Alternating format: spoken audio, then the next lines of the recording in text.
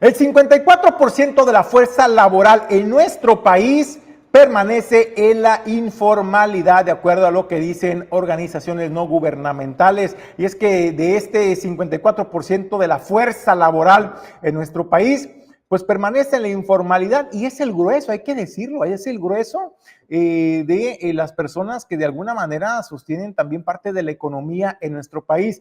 Con comercio informal estamos hablando, por ejemplo, de los vendedores ambulantes que muchas veces no pagan impuestos y no están reportando o generando impuestos al servicio de administración tributaria, o que pudieran emplear a trabajadores pero que no cuentan y no les brindan ningún tipo de prestaciones como de la certeza o certidumbre laboral, entiéndase seguro social o incluso acceso a prestaciones como vivienda. Es por ello que es preocupante este tema en nuestro país. Y bueno, pues al respecto, con el 54.3% de la fuerza laboral sin acceso a la seguridad social, la informalidad laboral se ha convertido ya en la base de la economía mexicana. Con el 53% de la fuerza laboral en nuestro país, son precisamente esos que usted ve ahí en pantalla.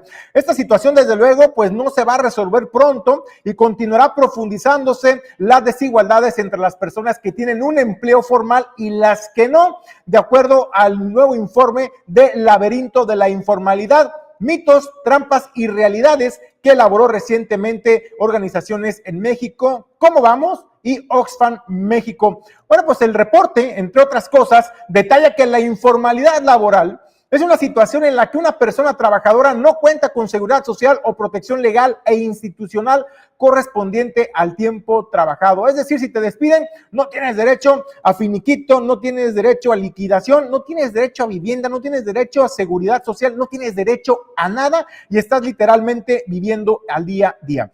Esto provoca desde luego condiciones de precariedad porque no se están otorgando contratos laborales seguros, prestaciones, protección social o representación sindical. Además de que las mejoras en las políticas laborales recientes, pues ¿qué creen? Pues no aplican para ellos porque ellos están en la informalidad, y es por ello que por más leyes que se generen en nuestro país en aras de pues dignificar a los trabajadores, a la fuerza laboral en nuestro país, pues para ellos no aplican estas leyes y estos reglamentos. ¿Que se incrementó el salario? ¿Qué creen? Pues se incrementó solamente para los que están trabajando en industrias, en empresas formalmente constituidas, porque para este sector no existe el incremento al salario mínimo. Muchos de este sector puede ganar incluso más que el salario mínimo, hay que decirlo, y habrá quienes también con la misma actividad que realizan pudieran estar ganando incluso muy por debajo del salario mínimo. De esto es de que depende gran parte de la economía en nuestro país. Y yo le decía también la preocupación que debe empezar a surgir y que existe incluso en nuestro país, porque si estamos hablando que el grueso de la clase trabajadora, de la fuerza trabajadora en nuestro país se encuentra en la informalidad, es decir, no están pagando impuestos, no están generando ni derechos, pero tampoco obligaciones, pues ¿de dónde cree usted que el gobierno mexicano va a recaudar fondos para poder seguir sosteniendo todos los programas sociales si cada vez está creciendo la informalidad? Están creciendo los comercios, los negocios no registrados para no pagar impuestos o para no pagar salarios dignos a los empleados o a los trabajadores, o simplemente porque no tienen las posibilidades de hacerlo en este momento. Pero es una realidad que en nuestro país está creciendo este sector, esta fuerza laboral está creciendo en nuestro país, ¿no? Desde la persona que a lo mejor pudiera estar vendiendo por catálogo, que no necesariamente está registrada ante el Servicio de Administración Tributaria, que está generando un ingreso extra sin reportar los impuestos, pues todo eso a final de cuentas también está generando un impacto en la economía en nuestro país, porque de los impuestos que pagamos todos los mexicanos, emanados del fruto de nuestro trabajo, es que todos estos programas sociales de becas de adultos mayores, jefas de familia, discapacitados, incluso para el desarrollo de infraestructura y de obra pública en nuestro país, en los estados y municipios, depende precisamente y viene el grueso de los recursos de los impuestos que se generan precisamente de la fuerza laboral en nuestro país. Si estamos hablando que cada vez han sido menos las personas que están tributando y que se encuentran en la informalidad como base de la economía familiar, estamos hablando que nos estamos aproximando a un límite, a la línea en la que ya la economía de México pudiera no estarse soportando y con ello,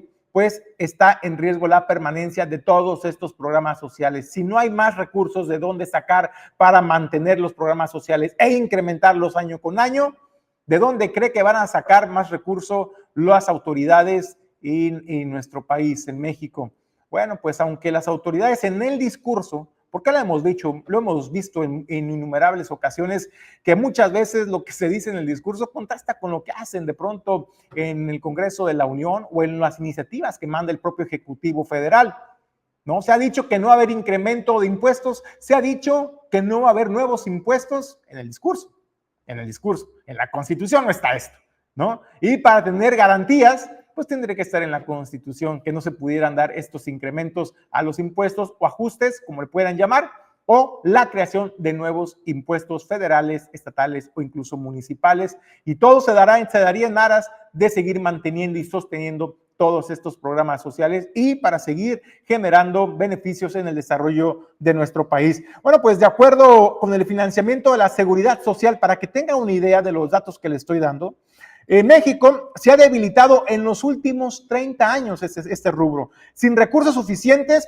no hay manera de que la informalidad laboral se reduzca de manera real y duradera en nuestro país. Por ejemplo, México destina solamente el 2.4% del Producto Interno Bruto a la seguridad social, muy por debajo del promedio de lo que señala o enmarca la OCDE, este organismo de la cooperación económica y desarrollo, que es del 9.1%.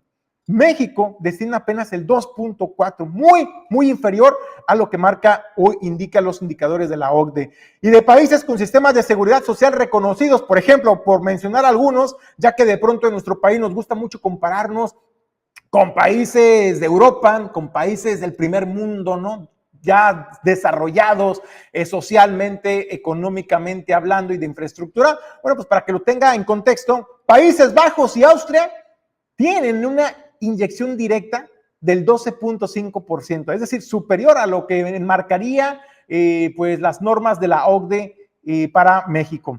Por ejemplo, gubernamentales provinieron de contribuciones de la seguridad social, una cifra similar a países como Egipto o incluso Guatemala, y también distante del promedio latinoamericano y caribeño, situado en un 17%. Es por ello que es cuando las autoridades tienen que empezar a planear nuevas estrategias, no de recaudación, ojo, eso es importante, no hincarle el diente a los contribuyentes cautivos, a los que sí pagan de manera puntual mes a mes y año con año sus declaraciones y sus impuestos de sus empresas, de sus trabajadores. No, estamos hablando de que tiene que eficientar el sistema para ampliar la base tributaria, no gravar a los que ya están cautivos, porque va a llegar un momento en que los van a tronar.